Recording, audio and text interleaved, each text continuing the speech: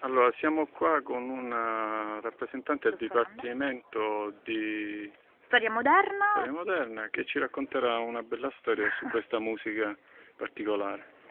Dunque, insieme al professore Di Bella stiamo portando avanti uno studio approfondito sui cosiddetti canti di 'ndrangheta, sul piano delle cosiddette affinità negate, vale a dire uno studio approfondito non solo sul linguaggio di questi canti, che sicuramente rappresentano il linguaggio, il codice anche segreto e non, e quindi anche di trasmissione dei valori dell'onorata società e che poi passano nella 'ndrangheta, ma di metterli in sinossi e quindi su un piano di coinè con gli stessi valori, odio, vendetta, sangue, onore, che sono rappresentati nella musica alta, quindi nel melodramma.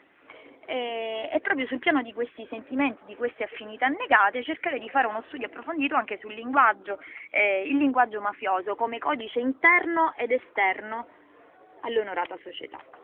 E avete presentato qui un bellissimo poster in cui si mette a confronto i testi di queste canzoni.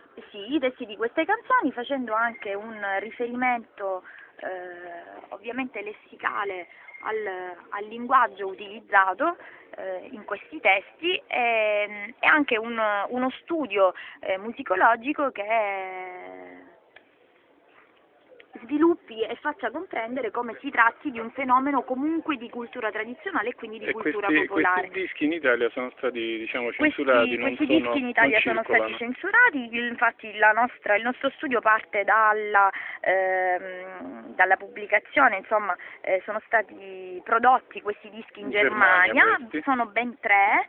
A cura della Pias Recordings e l'ultimo addirittura dalla Francesco Sbano, dalla Mazza Music di Francesco Sbano, che è un calabrese, e gli studi in merito negano. Evidentemente si vendono anche questi. Sì, hanno venduto centinaia di copie in Europa. In Italia si fa riferimento all'articolo 21 della Costituzione, per cui vengono censurati e non vengono immessi nel mercato, e addirittura ci sono degli studi come quello della Viscone che negano valore culturale a questi canti e attribuiscono loro soltanto un valore mediatico, oltre che tentare in tutti i modi di sottolineare il fatto che si liberalizzino i valori mafiosi. Va bene, grazie. Grazie.